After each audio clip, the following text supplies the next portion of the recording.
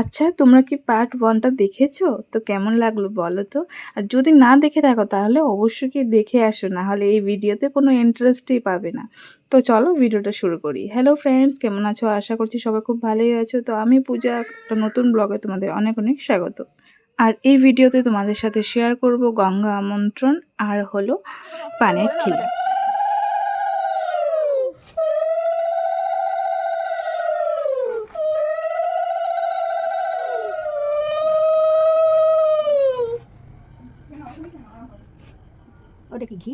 বিয়ে মানেই নিয়মের ঝড় শুরু হয়ে যায়, কিন্তু যতটা বিশেষ দরকার, যতটা করানো সম্ভব ততটা নিয়ম করেই আমার মা দাদার বিয়েটা করাচ্ছে। এখানে অনেকেরই অনেকটা মত আছে, কিন্তু সবার নিয়ম তো আর এক হয় না।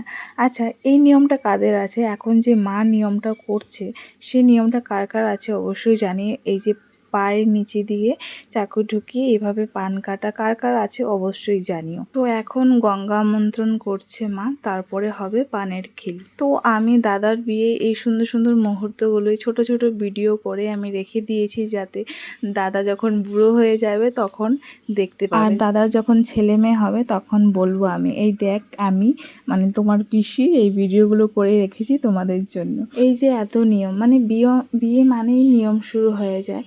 আমি জানি না আমার মেয়ে যখন বিয়ে হবে তখন আমি কিভাবে এত নিয়ম করব। আমার মনে হয় নিয়মের লিস্ট করে রেখে দিতে হবে, কিন্তু মা তো খুব সুন্দরভাবে এগুলো নিয়মগুলো মনে রাখছে।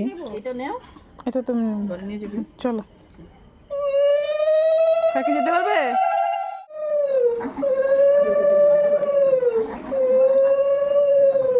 পূর্ব দিকে ওইদিকে ওইদিকে মুখ করে রাখো, সবাই তো এদিকে বুঝবো না।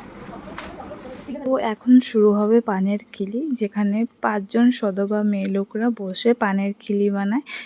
প্রত্যেকটা মন্দিরে মন্দিরে গিয়ে একটা একটা করে পানের খিলি দিয়ে আসে। এটা কার কার নিয়মে আছে অবশ্যই জানিও কমেন্ট করে। আর এটা যেহেতু একদিন একদিন করে, মানে শুভ মুহূর্ত দেখে সব কিছু দেখে তারপর এই নিয়মগুলো হয়, কিন্তু আমাদের কাছে বললাম না সময় আর দিন দুটোই অনেকটা কম ছিল, যার জন্য এখানে আর আলাদা আলাদাভাবে করেনি, যা পেরেছে একদিনে করেছে। তারপরের দিন আবার অধিবাসে স্নান আছে, যার জন্য মা মানে যতটুকু পেরেছে সময়ের মধ্যে ততটুকু করেছে। তো এখানে দেখো 5 জন মহিলা মিলে পানের খিলি বানিয়ে নিল।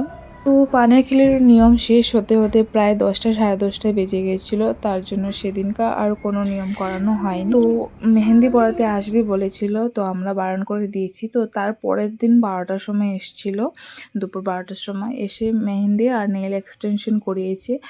কারণ আর অনেকটা লেট হয়ে গেছিলো, প্রায় 6টা সাড়ে 6টা বেজে গেছিলো মেহেন্দি পরাতে পরাতে। তারপরে আবার সেদিনকে অধিবাসের স্নান আছে, তো বলছিলাম জলদি করানোর জন্য। তো এইদিকে মা অধিবাসের জন্য জল ভরতে চলে গেছে, অনেকজন এসছিল তো তাদের সাথে জল ভরতে গেছে। তো আমাদের যেহেতু সামনে কোনো গঙ্গা বা নদী নেই, যার জন্য আমাদের পেছনে কলের পাড়ে গিয়ে অধিবাসের জল ভরে এনেছে। যা নিয়ম আছে সব নিয়ম করে।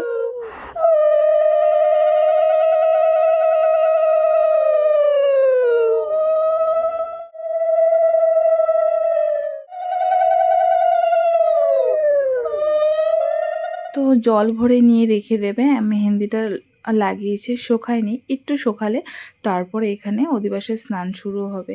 তো সেটা তোমাদের পরের ভিডিওতে পার্ট 3-তে শেয়ার করব, তোমরা অবশ্যই দেখো। আর দেখার জন্য হ্যাঁ অবশ্যই চ্যানেলটাকে সাবস্ক্রাইব অ্যান্ড ফেসবুক থেকে দেখে থাকলে ফলো করে দিও। আর ভিডিওগুলো ভালো লাগলে অবশ্যই লাইক করো।